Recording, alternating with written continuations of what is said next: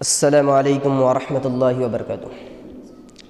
ان الحمد للہ نحمده ونستعینه ونستغفره ونعوذ باللہ من شرور انفسنا ومن سیئات اعمالنا من يهده الله فلا مضل له ومن يضلل فلا هادي له واشهد ان لا اله الا الله وحده لا شريك له واشهد ان محمدا عبده ورسوله يا ايها الذين امنوا اتقوا الله حق تقاته ولا تموتن الا وانتم مسلمون يا ايها الناس اتقوا ربكم الذي خلقكم من نفس واحدة وخلق منها زوجها وبث منهما رجالا كثيرا ونساء واتقوا الله الذي تساءلون به والأرحام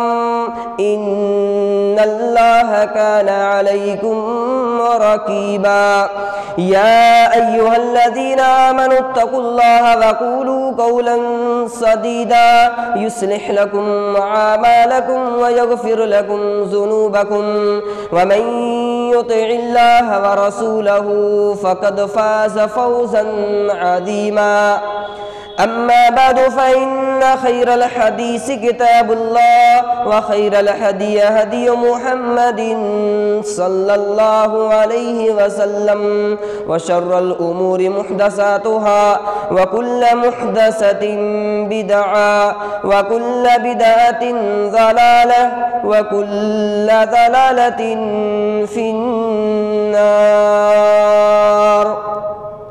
فاعوذ باللہ من الشیطان الرجیم بسم اللہ الرحمن الرحیم قال اللہ تبارک وتعالی فی القرآن العظیم وعاشرهن بالمعروف وقال النبي صلى الله عليه وسلم خيركم خيركم لأهله وأنا خيركم لأهلي رواه الترمذي رب اشرح لي صدري ويسر لي أمري واحلل عقدة من لساني يفقهوا قولي سبحانك لا علم لنا إلا ما علمتنا إنك أنت العليم الحكيم۔ حاضرین مجلس، تمام قسم کی تعریف، توصیف، کبریائی، بڑائی، حمد و ثنا اس وحدہ لا شریک خالق کائنات مالک ارض و سما کے لیے ہے جو ہم سب کا خالق، مالک، رازق، مربی، پالنہار، غرضی کی علی کل شیء قدیر ہے۔ بعدہ درود و سلام عرض ہوں تمام انبیاء پر، بالخصوص ہمارے آخری نبی جناب محمد الرسول اللہ صلی اللہ علیہ وسلم پر۔ محترم سامعین، آپ کو پتہ ہے کہ یہ پروگرام اسلامی لائبریری کے زیر انتظام اور جمعیت اہل حدیث عاملوں کے زیر اہتمام ہر ماہ کے آخری منگل کو بعد نماز مغرب منعقد کیا جاتا ہے۔ یہ بات ہم تمام لوگوں کو یاد رکھنا چاہیے اور ہر ماہ کے آخری منگل کو 1 گھنٹہ، 1.5 گھنٹہ، 2 گھنٹے کا وقت ہمیں ضرور دینا چاہیے۔ ہم خود بھی دیں، اپنے دوست و احباب اور جان پہچان کے لوگوں کو بھی اس سے آگاہ کریں تاکہ ہمارا یہ پروگرام منظم طریقے سے یوں چلتا رہے اور اصلاح کا یہ کام ہر ماہ ہوتا رہے۔ اس کا بڑا اچھا بینیفٹ اور فائدہ ہوگا، اس لیے ہم تمام لوگ اس پر خصوصی توجہ دیں۔ محترم سامعین، ہم سب کو پتہ ہے کہ اس کائنات کے سب سے پہلے انسان حضرت آدم علیہ السلام ہے۔ آدم علیہ السلام کو اللہ تعالیٰ نے اپنے ہاتھ سے بنایا، اس میں روح پھونکی اور پھر ان کی بائیں پسلی سے حوا علیہ السلام کو پیدا کیا، اور ان دونوں کو رہنے کے لیے جگہ کہاں دی؟ وہ جگہ دی جہاں جانے کے لیے ہم لوگ نیک عمل کرتے ہیں، ہر قسم کے خیر کے کام میں سبقت کرتے ہیں۔ وہ جگہ کون سی ہے؟ جنت۔ اللہ تعالیٰ نے قرآن کریم کے اندر فرمایا وَقُلْنَا يَا آدَمُ اسْكُنْ أَنْتَ وَزَوْجُكَ الْجَنَّةَ وَكُلَا مِنْهَا رَغَدًا حَيْثُ شِئْتُمَا وَلَا تَقْرَبَا هَٰذِهِ الشَّجَرَةَ فَتَكُونَا مِنَ الظَّالِمِينَ۔ اے آدم، تو اور تیری بیوی یعنی حوا علیہ السلام، یہ دونوں جنت میں خوشی خوشی آپ دونوں لوگ رہیں، کھائیں، پئیں، لیکن ایک چیز سے منع کیا تھا، اس درخت کے قریب نہ جانا، یہ لوگ شیطان کے بہکاوے میں آئے اور چلے گئے۔ نتیجہ یہ ہوا کہ اللہ تعالیٰ نے انہیں جنت سے دنیا میں اتار دیا، بھیج دیا۔ پھر انہی دونوں کے ذریعے اس دنیا کے اندر نسل انسانی کا آغاز ہوتا ہے۔ ان سے جو بھی اولادیں پیدا ہوتی ہیں، اللہ تعالیٰ ان کی ایک دوسرے سے شادی کو جائز قرار دیا، یعنی بہن کی شادی بھائی سے۔ آدم علیہ السلام کی شریعت کے اندر یہ بات جائز تھی، یہ چیز جائز تھی کہ بہن کی شادی بھائی سے کی جائے، جبکہ امت محمدیہ کے اندر یہ چیز جائز نہیں بلکہ حرام ہے۔ آج ایک بھائی اپنی بہن سے شادی نہیں کر سکتا، لیکن آدم علیہ السلام کی شریعت میں یہ چیز جائز تھی، اس لیے بہن اور بھائی کی شادی ہوتی تھی۔ اور یہ کیوں ہوتی تھی؟ تاکہ نسل انسانی کے سلسلے کو آگے بڑھایا جائے۔ یہی سبب ہے کہ دین اسلام نے بھی شادی کو نہ صرف جائز قرار دیا بلکہ اس پر ابھارا ہے۔ اللہ کے نبی صلی اللہ علیہ وسلم نے فرمایا، یا معشر الشباب من استطاع منکم الباء فلیتزوج فانہ اغض للبصر واحسن للفرج ومن لم یستطع فعلیہ بالصوم فان له وجاء، کہ اے نوجوانوں کی جماعت، تم میں سے جو قوت با رکھتا ہو اسے چاہیے کہ ضرور شادی کرے۔ کیوں؟ کیونکہ شادی یہ نگاہوں کو نیچی کرتی ہے اور شرمگاہوں کی حفاظت کرتی ہے، اور جو شادی کی استطاعت نہیں رکھتا، یعنی جس کے اندر قوت با نہیں ہے، اسے چاہیے کہ روزہ رکھے، یہ روزہ اس کے لیے ڈھال ہے۔ تو دین اسلام نے بھی نسل انسانی کو آگے بڑھانے کی غرض سے شادی کو فقط جائز ہی نہیں قرار دیا بلکہ اس پر ابھارا ہے۔ اور ایک حدیث کے اندر ہے، اللہ کے نبی صلی اللہ علیہ وسلم نے فرمایا، تزوجوا الودود الولود فانی مکاثر بکم الامم، کہ تم لوگ زیادہ محبت کرنے والی اور زیادہ بچہ پیدا کرنے والی عورتوں سے شادی کرو۔ کیوں؟ کیونکہ میں کثرت تعداد کے سبب امتوں پہ کل قیامت کے روز فخر کروں گا۔ میری امت زیادہ ہوگی تو میں دوسری امتوں پہ فخر کروں گا کہ ہماری امت کے لوگ زیادہ ہیں۔ تو شادی کے جو مقصد ہے صرف یہ نہیں کہ ایک انسان جو فطرتی طور پہ اس کے اندر جنسی شہوت اللہ تعالیٰ نے پیدا کی ہے اس کی تکمیل کرنا، صرف یہ ایک مقصد نہیں، اس کے علاوہ نبی کریم صلی اللہ علیہ وسلم کی سنت کی پیروی کرنا، اور اس کے علاوہ ایک مقصد یہ بھی ہے کہ نسل انسانی کے سلسلے کو آگے بڑھایا جائے۔ آپ دیکھیں کہ ایک مرد ایک عورت کی شادی ہوتی ہے، یہ ان کو نہیں پہچانتے، وہ ان کو نہیں پہچانتے، لیکن شادی ہونے کے بعد اللہ رب العالمین ان دونوں کے درمیان ایک ایسی محبت پیدا کر دیتا ہے کہ جس کے سبب وہ ایک دوسرے سے بے انتہا محبت کرتے ہیں، ان کی محبت کی کوئی انتہا نہیں ہوتی۔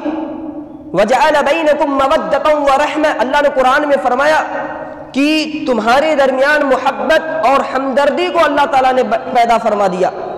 یہ شادی کرنے کی وجہ سے دو لوگ جب جڑتے ہیں تو اللہ رب العالمین کی جانب سے ان کے دلوں میں یہ چیز ڈال دی جاتی ہے، محبت ڈال دی جاتی ہے۔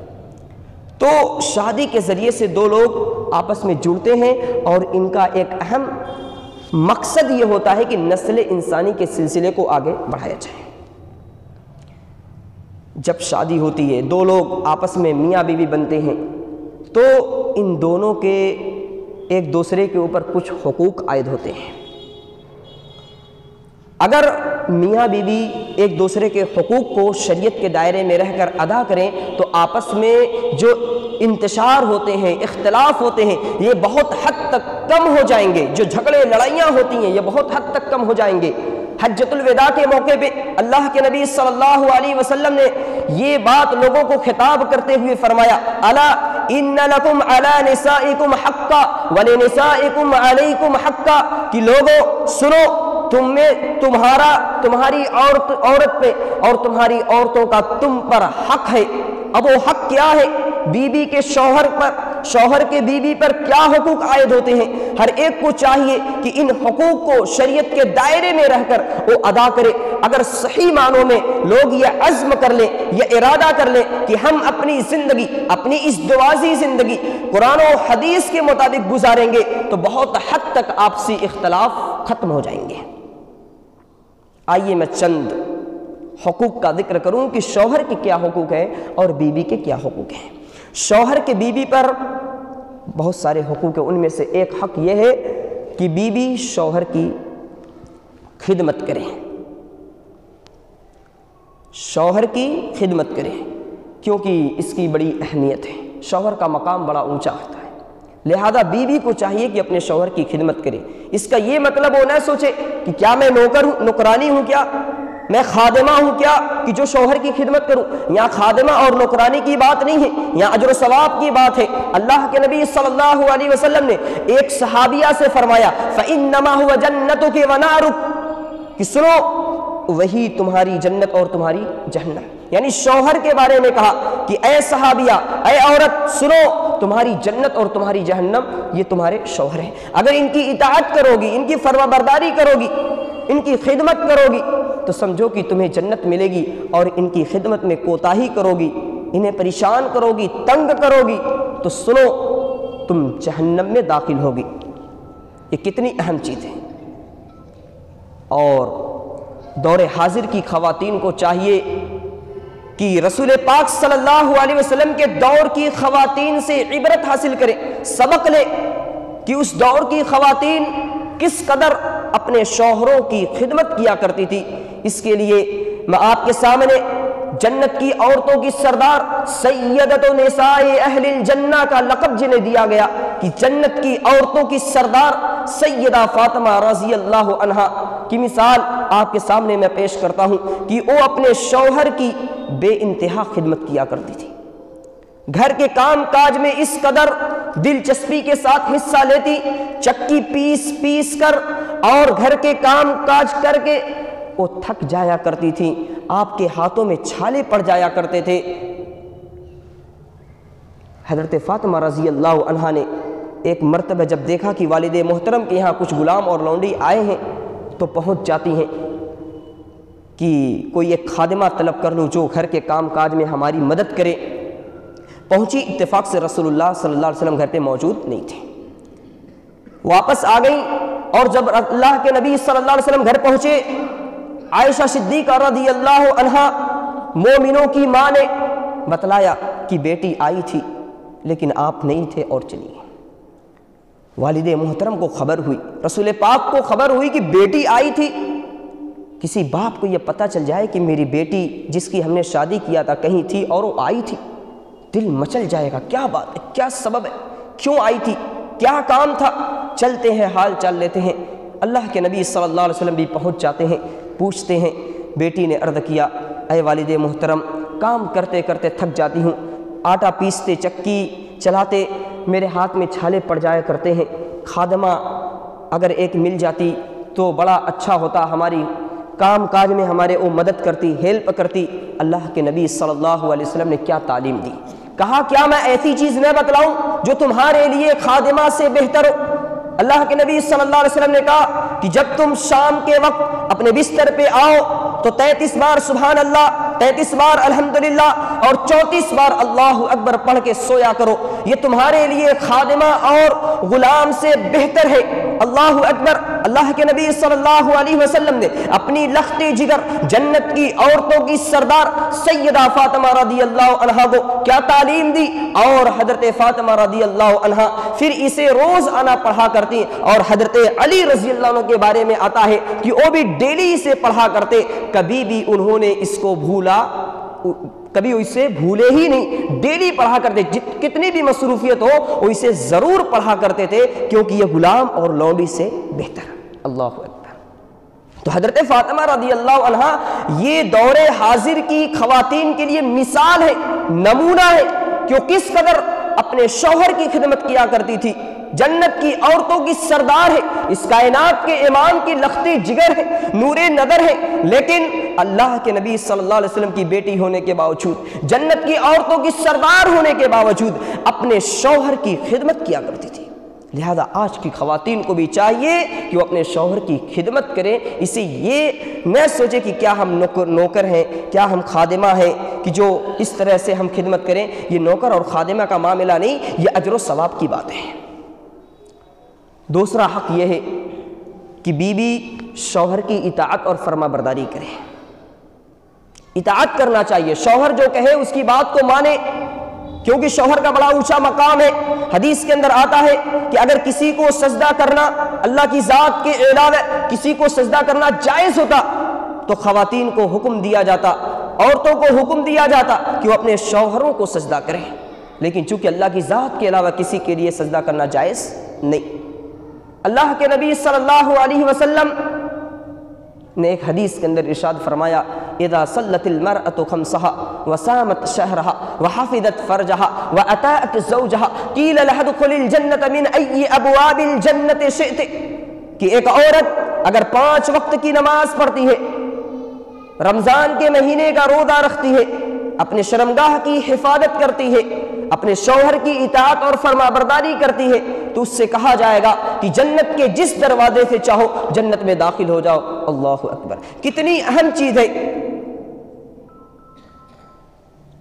جنت کے 8 دروازے ہیں، 8 دروازے سے کہا جائے گا 8 دروازے میں سے جس دروازے سے چاہو تم داخل ہو جاؤ۔ ان میں ایک چیز کیا ہے؟ وَأَطَاعَتْ زَوْجَهَا، کہ وہ اپنے شوہر کی اطاعت اور فرما برداری کرے۔ تو شوہر کی اطاعت اور فرما برداری یہ بڑی اہم چیز ہے، اس کا بڑا مقام ہے، لہذا خواتین کو چاہیے کہ وہ اپنے شوہر کی فرما برداری کریں، ان کی اطاعت کریں، اور اسے کبھی یہ نہ سمجھیں کہ کیا ہم نوکر ہیں جو اپنے شوہر کی اطاعت اور فرما برداری کریں۔ یہ نوکر والی بات نہیں ہے، یہ اجر و ثواب کی بات ہے، لہذا ہر خواتین کو چاہیے کہ وہ اس کا اہتمام کرے، اس میں بہت زیادہ اجر و ثواب ہے۔ اور ایک حدیث کے اندر آتا ہے، اسنان لا تجاوز صلاتهما رؤوسهما، کہ 2 لوگ ایسے ہیں جن کی نماز ان کے سر سے اوپر نہیں جاتی، یعنی قبول نہیں ہوتی ہے۔ ان میں سے ایک کیا ہے؟ عبد ابک من موالی حتی یرجع، وامرأة عصت زوجہا حتی ترجع، کہ ایک او غلام جو اپنے مالک سے بھاگ جائے یہاں تک کہ وہ پلٹ کر واپس آ جائے، اور ایک او عورت جو اپنے شوہر کی نافرمانی کرے یہاں تک کہ وہ واپس آئے، یعنی اطاعت کرنے لگے، فرما برداری کرنے لگے۔ یعنی عورت اگر اپنے شوہر کی نافرمانی کرتی ہے تو اللہ کے نبی صلی اللہ علیہ وسلم کی حدیث کے مطابق اس کی نماز قبول نہیں ہوتی ہے۔ اس لیے خواتین کو چاہیے کہ وہ اپنے شوہروں کی اطاعت کریں، فرما برداری کریں۔ مگر یہاں ایک نکتے کی بات یاد رہے کہ فرما برداری معروف کام میں، خیر کے کام میں ہونی چاہیے، شرک والے کام میں نہیں۔ اگر شوہر شرک کی دعوت دے تو وہاں اطاعت نہیں کرنا، کیونکہ حدیث لا طاعۃ لمخلوق فی معصیۃ الخالق، کہ کسی مخلوق کی اطاعت نہیں کی جائے گی جہاں خالق کی یعنی اللہ کی نافرمانی ہو رہی ہو۔ یعنی اگر کوئی بھی شخص آپ کا شوہر ہو یا کوئی بھی ہو، آپ کے والد ہو، آپ کی ماں ہو، کوئی بھی ہو، اگر آپ کو شرک کی دعوت دیں تو آپ ان کی اطاعت نہ کریں۔ قرآن کریم کے اندر ہے وَإِن جَاهَدَاكَ عَلَىٰ أَن تُشْرِكَ بِي مَا لَيْسَ لَكَ بِهِ عِلْمٌ فَلَا تُطِعْهُمَا، اللہ نے کہا اگر والدین تمہیں شرک کی دعوت دیں تو تم ان کی اطاعت نہ کرو۔ والدین کا کتنا اونچا مقام ہے، لیکن اگر والدین بھی شرک کی دعوت دیں تو ان کی بھی اطاعت نہیں کرنا۔ ایسی ہی بیویوں کو بھی چاہیے کہ شوہر اگر غیر شرعی چیز کا حکم دے تو ان کی اطاعت نہیں کرنا، باقی معاملے میں ان کی اطاعت کرنا ضروری ہے۔ اگر وہ ان کی فرما برداری نہیں کرتی ہیں تو پھر یقین جان لیں کہ ان کی نماز قبول نہیں ہوتی۔ اسی طریقے سے شوہر کا بیوی پر ایک تیسرا حق یہ ہے کہ بیویوں کو چاہیے کہ وہ اپنے گھروں کے اندر دوسرے کو بغیر شوہر کی اجازت کے نہ آنے دیں۔ شوہر چاہتا ہے کہ فلاں نہ آئے، فلاں نہ آئے، تو آپ ان کی بھی ذمہ داری ہے کہ ان کو اپنے گھر کے اندر نہ آنے دیں۔ جیسے ہمارے یہاں کا ماحول ہوتا ہے، خالہ کا لڑکا ہے، ماموں کا لڑکا ہے، فلاں کا لڑکا، پھوپھی کا لڑکا ہے، حالانکہ یہ سب غیر محرم ہیں، پھر بھی آمنے سامنے ہوتے ہیں، رواج ہے، ماحول ہے۔ اگر شوہر کہتا کہ نہیں، ان کے سامنے نہیں ہونا، ان کو گھر کے اندر آنے کی، گھر سے مراد اپنے روم میں آنے کی اجازت نہیں دینا، اگر وہ ناپسند کرتا ہے تو پھر بیوی کی یہ ذمہ داری ہے کہ شوہر کی بات کو مانتے ہوئے وہ اس کو اپنے روم میں آنے کی اجازت نہ دے، کیونکہ حدیث کے اندر وَلَا تَأْذَنَ فِي بَيْتِهِ إِلَّا بِإِذْنِهِ، کہ وہ شوہر کی اجازت کے بغیر کسی کو اپنے گھر میں آنے کی اجازت نہ دے۔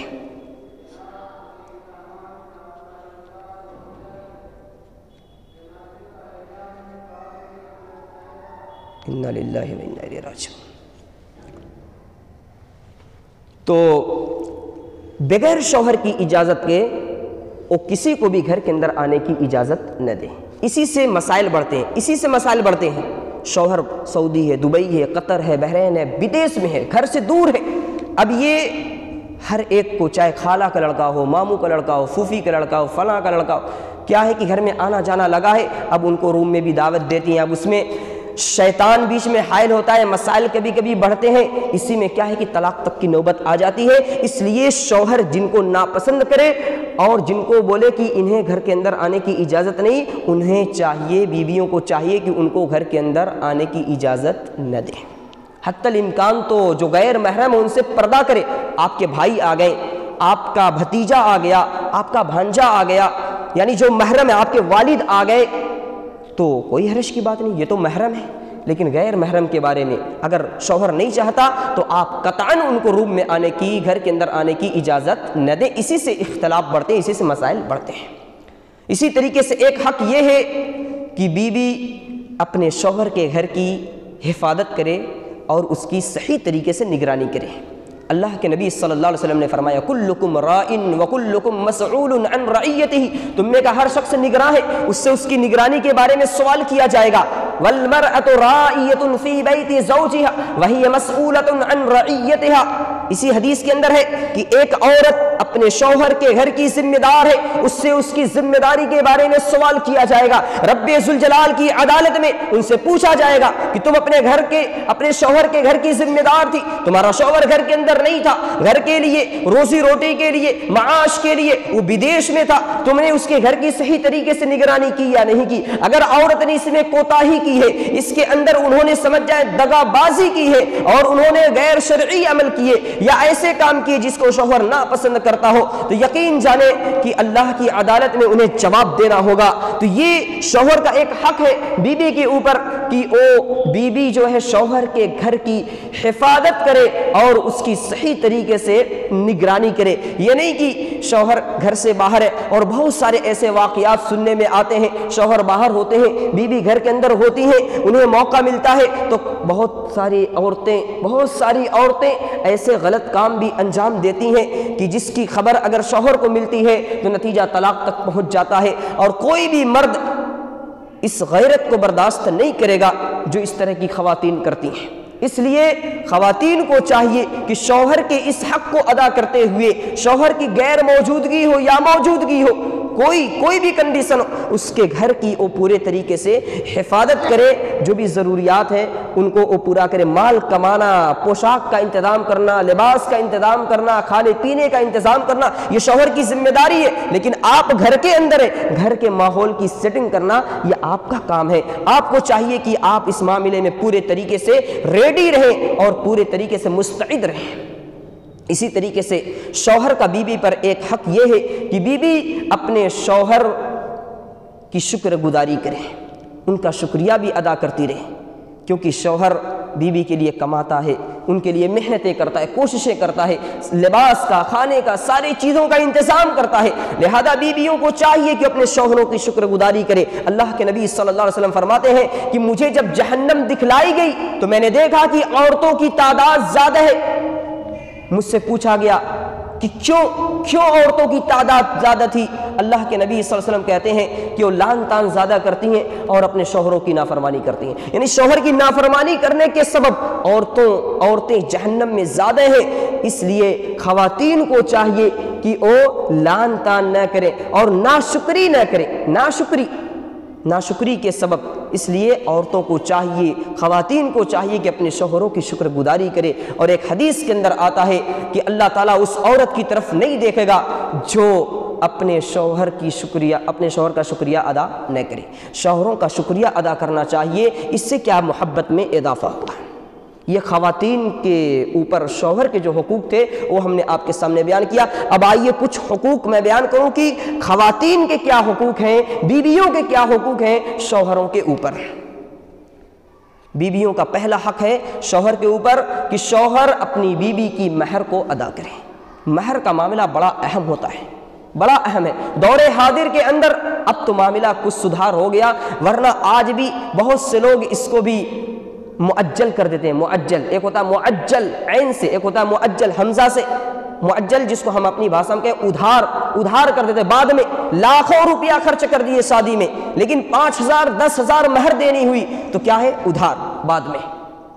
حتی الامکان یہ کوشش ہونی چاہیے کہ ہم نقد کریں, اور اگر ادھار کرتے ہیں تو اس میں بھی بیوی کی رضا مندی ہونی چاہیے. اگر بیوی راضی نہیں تو آپ کے لیے وہ بیوی حلال بھی نہیں.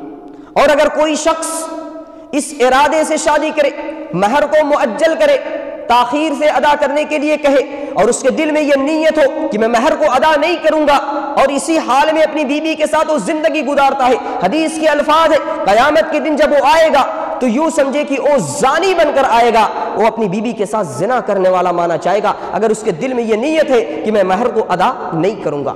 ہاں ادا کرنے کی نیت ہے, وہ بعد میں ہو جائے چلے گا, لیکن حتی الامکان یہ کوشش ہونی چاہیے کہ پہلی فرصت میں ہم اسے ادا کر دیں.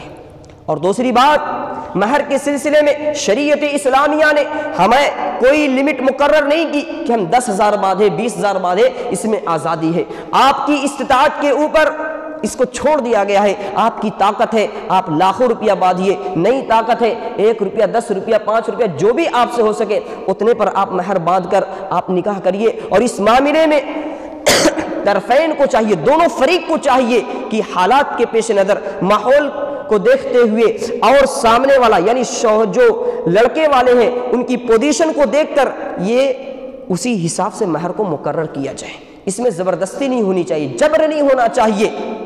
اور بہت ساری جگہ ہم نے یہ سنا کہ مہر کے معاملے کو لے کر تنازع بڑھا, اختلاف بڑھا اور نکاح کینسل ہو جاتا ہے. یہ کتنے افسوس کی بات ہے. اس مہر کے بارے میں جہاں شریعت اسلامیہ نے ہمیں آزادی دی ہے, ہم اپنے حساب سے اپنی استطاعت کے مطابق مقرر کر سکتے ہیں, وہاں ہم ضد کرنا شروع کر دیتے ہیں. یہ صحیح چیز نہیں ہے. اس لیے دور حاضر میں حالات کے پیش نظر میرا یہ مشورہ ہے کہ رشتہ طے ہونے کے وقت ہم مہر بھی مقرر کر لیں, کتنی ہو کیسے ہو, کیونکہ نکاح کے وقت جو تنازع کھڑا ہوتا ہے وہ کبھی کبھی سنگین صورت اختیار کر لیتا ہے اور بسا اوقات نکاح کینسل ہو جاتا ہے. کئی ایسی مثالیں ہم نے خود سنا ہے. اس معاملے میں ہمیں ضد نہیں کرنی چاہیے, اول فرصت میں ادا کرنے کی کوشش کرنا چاہیے, اور مہر کم سے کم ہو تو بھی چل جائے گا. اس سلسلے میں حدیث آپ کو سنا دوں. ایک صحابی اللہ کے نبی صلی اللہ علیہ وسلم کے پاس آئے اور شادی کا ارادہ ظاہر کیا. رسول پاک نے پوچھا مہر کے لیے کیا ہے؟ کہا کہ میرے پاس تو کچھ بھی نہیں. کہا جاؤ التمس ولو خاتما من حدید, جاؤ ڈھونڈو اگرچہ لوہے کی ایک انگوٹھی ہی کیوں نہ ہو. گئے گھر کے اندر ڈھونڈا, وہ بھی نہیں. کہا اللہ کے رسول انگوٹھی بھی نہیں. کہا اچھا تو قرآن یاد ہے؟ کہا ہاں یاد ہے. کہا ٹھیک ہے, چند آیات کہ عوض میں نے فلاں کی شادی آپ کے ساتھ کر دیا, جاؤ انہیں قرآن کی آیت سکھلا دینا. اللہ اکبر. یعنی قرآن کی آیات کے عوض اللہ کے نبی صلی اللہ علیہ وسلم نے ایک صحابی کی شادی کر دی. ضروری نہیں کہ ہم بہت لمبی چوڑی مہر باندھیں, مختصر بھی ہو سکتی ہے. حضرت فاطمہ رضی اللہ عنہا کی مہر کیا تھی؟ حضرت علی رضی اللہ عنہ نے جب شادی کا ارادہ ظاہر کیا, اللہ کے نبی صلی اللہ علیہ وسلم نے پوچھا مہر کے لیے کیا ہے؟ کہا میرے پاس تو کچھ بھی نہیں. کہا تمہاری حوتمی زرہ کہاں ہے؟ پھر آپ نے اسی حوتمی زرہ کے عوض میں اپنی لخت جگر کا نکاح ان سے کر دیا. تو مہر کے سلسلے میں ہمیں بہت زیادہ شدت اختیار کرنے کی ضرورت نہیں ہے. اس میں شریعت اسلامیہ نے ہمیں آزادی دی. اللہ تعالیٰ نے قرآن کریم کے اندر فرمایا وَأْتُوا النِّسَاءَ صَدُقَاتِهِنَّ نِحْلَةً, عورتوں کو مہر خوشی خوشی دو. فَإِن تِبْنَ لَكُمْ عَنْ شَيْءٍ مِّنْهُ نَفْسًا فَكُلُوهُ هَنِيًّا مَرِيًّا, اگر وہ اپنی خوشی سے کچھ دے دے, خوش ہو کر کچھ آپ کو اجازت دے دے تو آپ خوشی خوشی کھائیں اور پیئے. یعنی اگر عورت راضی ہے تو اس مہر کے پیسے کو آپ بھی یوز کر سکتے ہیں, اسے کھا بھی سکتے ہیں, مسجد میں دے سکتے ہیں, مدرسے میں دے سکتے ہیں, جہاں چاہے دے سکتے ہیں. لیکن حقیقی طور پہ مہر اس خاتون کا حق ہوتا ہے, اس بیوی کا حق ہوتا ہے. اس میں نہ تو باپ کا حق ہے, نہ تو بھائی کا حق ہے, نہ تو شوہر کا حق ہے, کسی کا ایک پیسہ بھی حق نہیں ہے. ہاں بیوی راضی ہے تو پھر معاملہ الگ ہے, تب کوئی بات نہیں. اللہ نے کہا کہ اگر وہ راضی ہے فَقُلُوهُ هَنِيًّا مَرِيًّا, کھاؤ خوشی خوشی کھاؤ, کوئی مسئلہ نہیں. تو مہر سب سے پہلا حق ہے, شوہر کو چاہیے کہ اپنی بیوی کی مہر ادا کرے.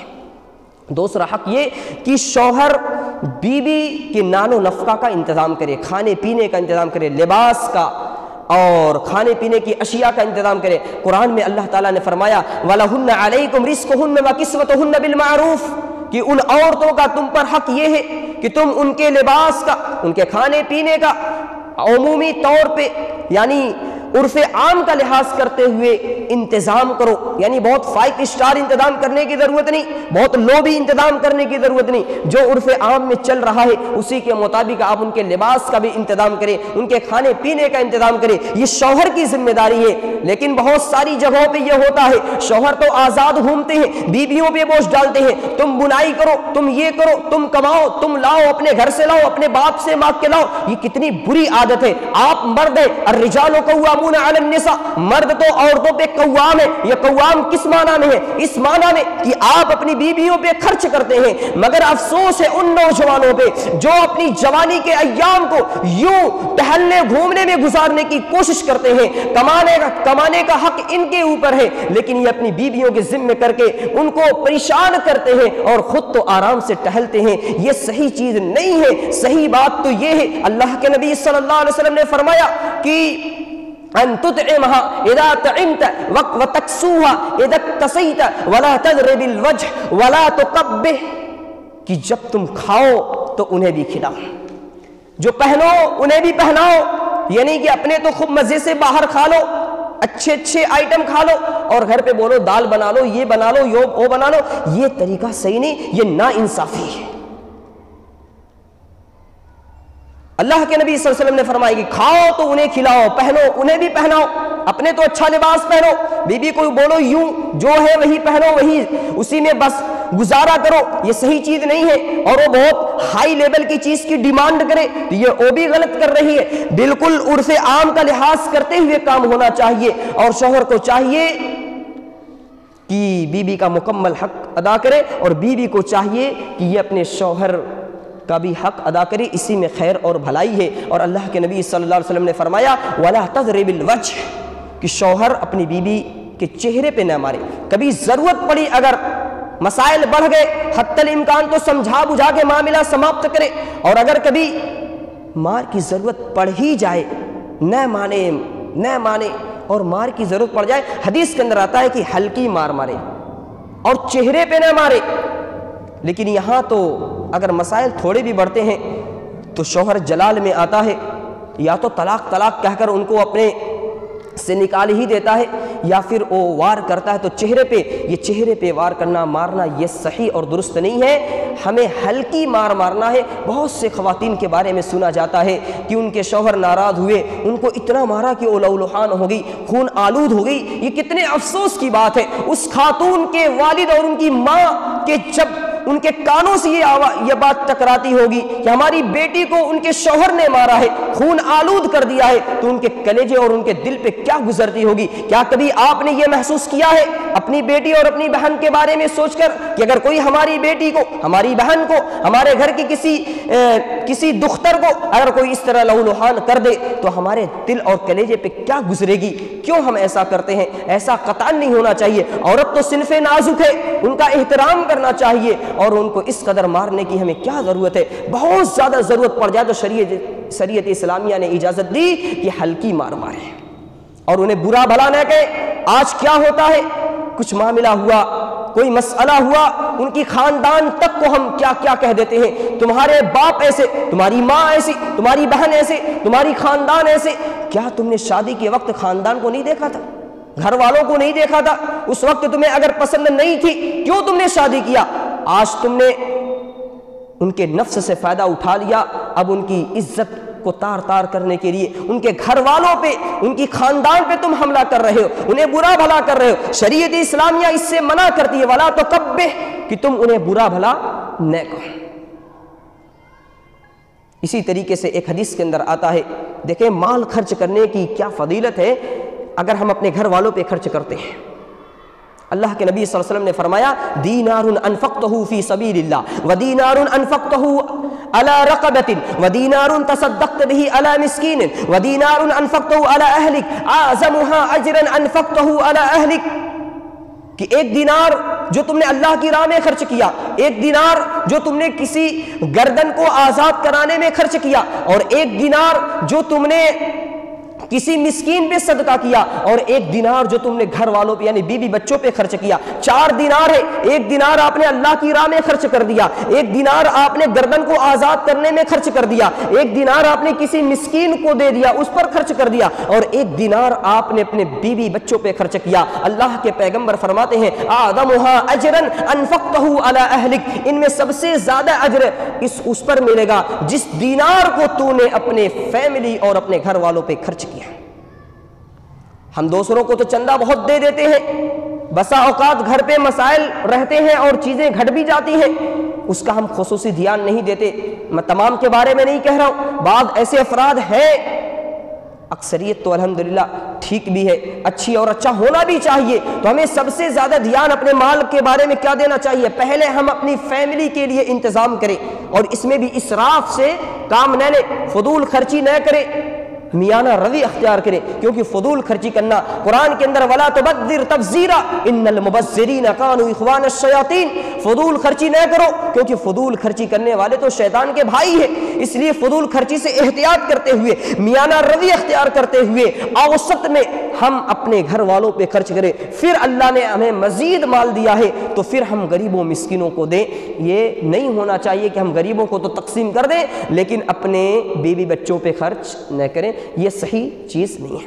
چند منٹ اور باتیں ایک پوائنٹ رکھ کے اپنی بات ختم کروں گا۔